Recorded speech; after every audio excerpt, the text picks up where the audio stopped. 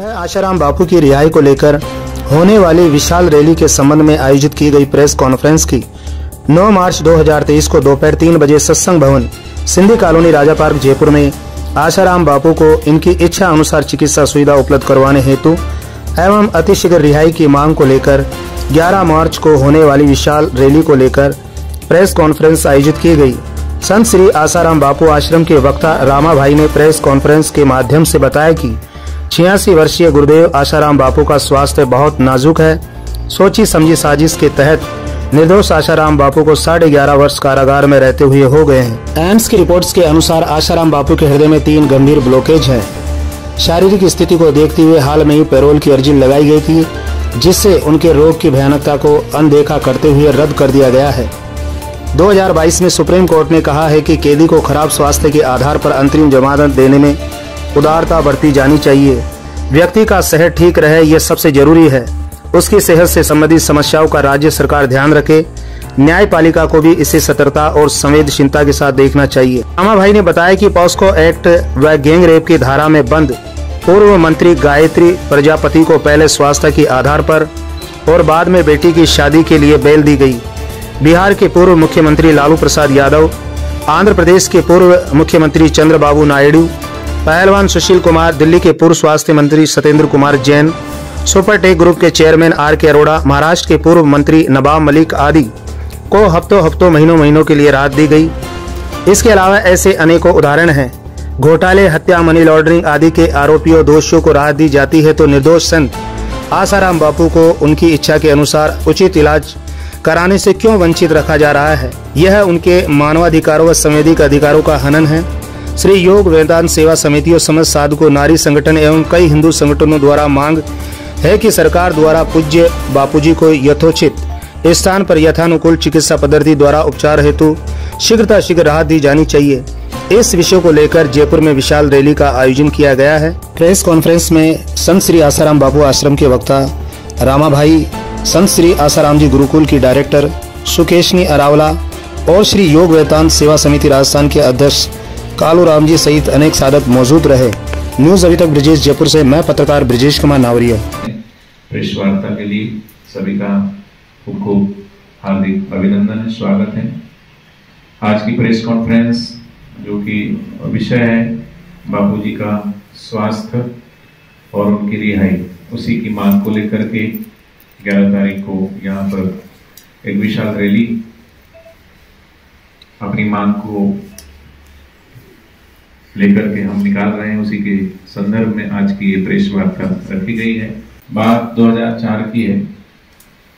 कांची कोटि के जगत गुरु शंकराचार्य जी पर आरोप लगा था हत्या का, और वो उनको गिरफ्तारी उनकी हो गई थी। और उस समय बापूजी ने उनके लिए जंतर मंतर पर धरना दिया था, उनके लिए आवाज बुलंद की थी। बापूजी वहां धरने में बैठे।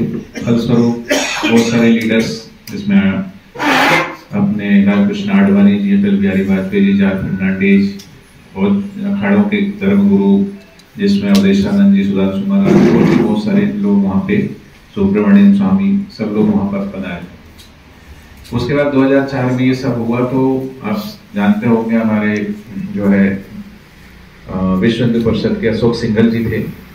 उन्होंने बापूजी से कहा कि महाराज जी, अब आपके खिलाफ बड़ा वो षड्यंत्र होने वाला है और बड़ी तैयारी चल रही है, क्योंकि वो जो पुट्टी के जो साईं महाराज थे, उनके उस प्रोग्राम में गए थे तो वहाँ बहुत सारी बातें हुई, इस तरीके से उन्होंने बात रखी। और 2008 में वो षड्यंत्र शुरू हो गया।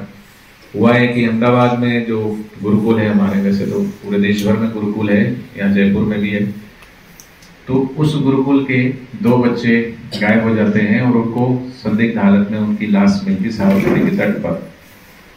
आरोप ये लगाया जाता कि आश्रम में जंतर मंत्र होता है और उनको बलि दी गई है। जांच कमीशन बैठता है और केस चलता है। 2013 में आश्रम को क्लीन चिट मिलता है कि ऐसा कुछ नहीं है, आश्रम के द्वारा ऐसी जो आरोप लगे वो निराधार है, ऐसा कुछ नहीं। बच्चों की जो मौत हुई है वो नदी में डूबने से हुई है। तो ये पूरा चला 2008 से लेकर 2013 तक। उसमें बापूजी तो नहीं फंसा पाए, तो फिर 2013 में एक पोक्सो एक्ट बना। उसके बनते ही एक लड़की जो कि रहने वाली उत्तर प्रदेश की, 2 साल पहले हमारे ही गुरुकुल में छिंदवाड़ा में वो आई पढ़ने के लिए। वो लड़की 2013 में जब ये आरोप लगा, उससे पहले वो अपने घर जाती है गुरुकुल से कि मेरी तबीयत ठीक नहीं, ऐसा करके, और फिर अपने माता पिता के साथ वो राजस्थान जोधपुर आती है, क्योंकि जोधपुर बापूजी का सत्संग था। सत्संग के बाद बापूजी दिल्ली में सत्संग था, तो 2-3 दिन का जो है विश्राम था, तो बापूजी के लिए मड़ई, जो कि जोधपुर से 15-20 किलोमीटर दूरी पर है, वहां पर बापूजी उस परिवार, साधक परिवार के आग्रह पर उन्होंने बनाया था कुटिया, तो वहां रुके थे। तो फिर वो वहां आती है मिलने के लिए और चली जाती है।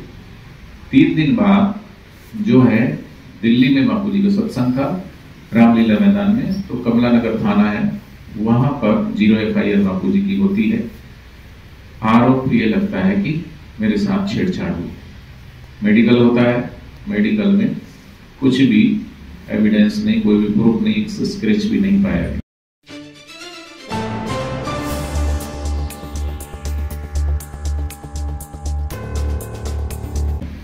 आपको जो अभी बुक दी गई है, सत्य की कहानी तथ्यों की जुबानी, तो इसमें तो साक्ष्य है पूरे, किस तरीके से जो आरोप लगा है, वो आरोप में जो FIR हुई है, ये FIR की इसमें कॉपी है, लगी हुई है, आपको दी गई है। इसमें कहीं भी रेप नहीं है, बलात्कार नहीं है, बस छेड़छाड़ का मामला है। लेकिन पूरा देश में विदेश में शोर मचा कि बलात्कार हुआ, पर मेडिकल रिपोर्ट जो है उसमें कहीं भी किसी भी प्रकार का कुछ नहीं है। जो लड़की ने जिस समय का जो समय बताया है कि इस समय मेरे साथ ये घटना घटी है, तो ये तथ्य बताते हैं कि बापूजी उस समय तो यहाँ बैठे हैं, और ये सब कोर्ट में लगाए हुए साक्ष्य हैं, उसी के आधार पर ही वो निकाली है।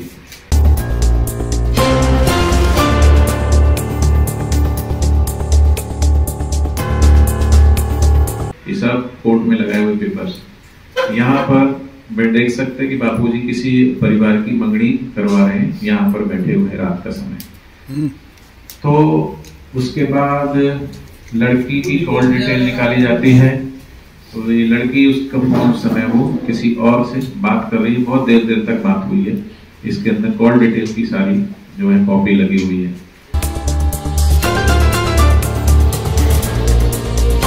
ये तो हुआ मामला। हमने कहा कि लड़की जो है 2 साल पहले हमारे गुरुकुल में आई, तो कहीं ना कहीं की 2 साल बाद वो लगा रही है। तो पीछे जब उसके बैग में गए तो हमने ये देखा कि लड़की जानबूझ करके षड्यंत्र के तहत यहाँ गुरुकुल में एडमिशन करवाया गया है, और उसके बाद जो है लड़की बालिग होते हुए भी अपने आप का नाबालिग कह रही है।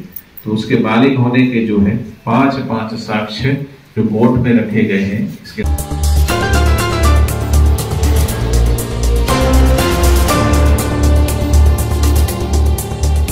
साफ आप देख सकते हैं, लड़की का जो है बर्थ सर्टिफिकेट है, राशन कार्ड है, LIC का है, और भी दूसरे जो जहाँ इससे पहले वो पढ़ती थी वहाँ का जो गुरुकुल का TC सर्टिफिकेट है, जो भी है। तो ये सब 5 साक्ष्य जो है कोर्ट के समक्ष रखे गए, पर बापूजी को जो है सिर्फ ये कह करके कि लड़की जो है वो नाबालिग है, उसमें बापूजी को आजीवन कारावास, तो पोक्सो का एक्ट है, लेकिन इसमें और ऐड करके बापूजी के जब तक प्राकृतिक श्वास है, अगर बापूजी 100 साल जीते हैं तो 100 साल, 150 साल जीते हैं तो 150, मतलब वो कभी भी जेल से बाहर नहीं आ सकते, उनके जब तक प्राकृतिक श्वास है। इस तरीके की सजा सुनाई। साथ में जो है और भी 6 आरोपी बनाए थे, लेकिन उन 6 आरोपी क्योंकि कोई सबूत नहीं मिला, कोई भी आधार नहीं मिला, जो लड़की ने बोला वो सब तथ्य झूठे पाए गए, तो कोर्ट ने, हाई कोर्ट ने उनको चारों को बरी कर दिया, पर बापूजी को अभी नहीं छोड़ा है। 1.5 महीना पहले फिर बापूजी को सीने में दर्द हुआ और बहुत सारी तकलीफें हुई, तो एम्स हॉस्पिटल में जाकर के एडमिट हुए, और जब टेस्ट हुआ, एंजियोग्राफी की गई, तो हार्ट में 3 ब्लॉकेज पाए गए। हीमोग्लोबिन उस समय अप डाउन करते करते 7 पॉइंट पे आ गया। छोटी आंतों में रक्तस्राव हो रहा है, उसी वजह से ब्लीडिंग हो रही है। ये सिचुएशन बनी हुई थी तो एम्स ने भी बड़ी चिंता जताई, हालांकि अब आगे का इलाज हम यहाँ नहीं कर सकते, एम्स दिल्ली में जाएगी। अब दिल्ली में एम्स में इलाज क्या है कि या तो आप जो है हार्ट का तुरंत जो है तो बाईपास कराइए या स्टेंट डलवाइए। पर बापूजी हमेशा आयुर्वेद का हमेशा समर्थन करते आए हैं, आयुर्वेद के तरीके से लोगों का स्वास्थ्य भी ठीक करते आए हैं।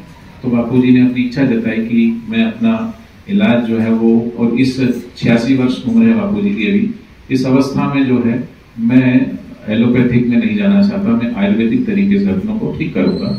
उसके लिए उचित वातावरण और उचित जगह की आवश्यकता है, तो हमें जो है आयुर्वेदिक इलाज के लिए पैरोल दी जाए। तो नहीं मिली पैरोल, आज तक नहीं मिली है। तो इस सिचुएशन में भी अगर उनको पैरोल नहीं मिलती है, हम आए दिन देखते हैं, हम संविधान में भारत देश में रहते, इतना बड़ा देश है, संविधान से चलता है, हम भी कानून को मानने वाले हैं, तो फिर न्याय हम कहते हैं कि सबको न्याय पे भरोसा होना चाहिए, पर भरोसा करें तो हम कैसे करें, क्योंकि हम आए दिन देखते हैं कि अभी आज इसको पैरोल मिल गई, आज उसको पैरोल मिल गई, आज इसको पैरोल मिल गई। लोग जिनको सबूत मिले उनको भी बेल मिल रही है, पैरोल मिल रही है, वो छूट के बाहर आ रहे हैं, पर जो उनका संवैधानिक अधिकार है वो ले रहे हैं। तो फिर बापूजी के साथ ऐसा भेदभाव क्यों किया जा रहा है?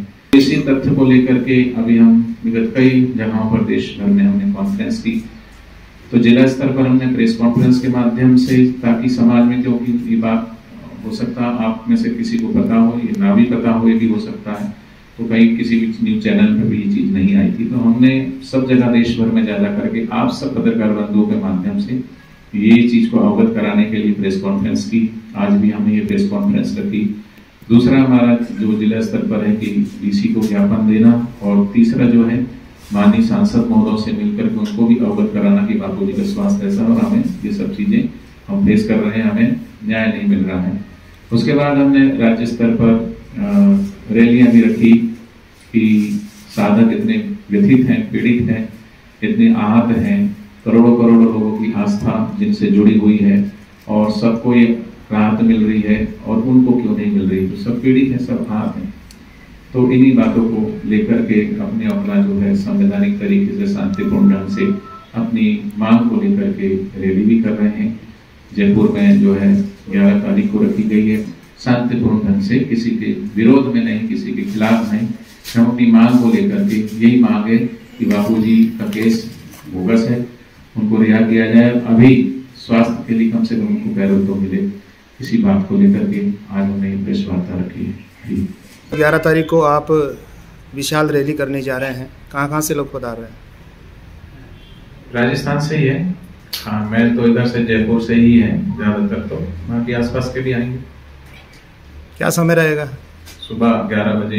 हमारी आवाज नहीं सुनी जा रही है, कहीं ना कहीं हमारी जो मांग पूरी नहीं की जा रही है, तो कम से कम हम कोई भी चीज है, जब किसी की मांग पूरी नहीं होती तो भाई किसान आंदोलन क्यों चल रहा है कि भाई उन्होंने कानून ऐसा बना दिया है, उस कानून के अंतर्गत उनको वो है, तो चीजें हैं। पिछली बार आपको पता होगा कि कुछ किसान आंदोलन, किसानों के लिए कुछ कानून बना था और उस कानून में फिर वापिस लिया गया, कहीं ना कहीं उसमें त्रुटि थी।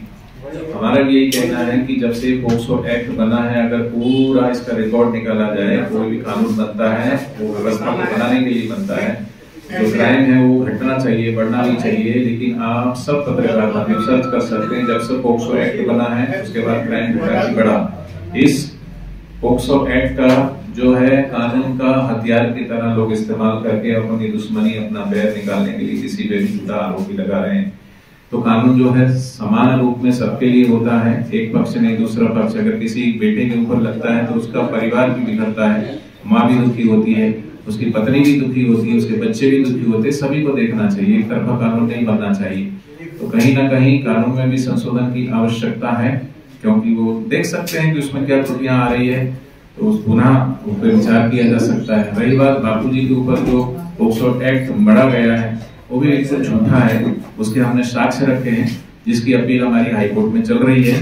तो हमको पूरा विश्वास है कि हमको हाईकोर्ट से बापूजी को बरी किया जाएगा, लेकिन जब बरी होंगे उससे पहले कम से कम अभी जो कंडीशन है, उस कंडीशन में उनको आयुर्वेदिक इलाज करने की अनुमति मिलनी चाहिए।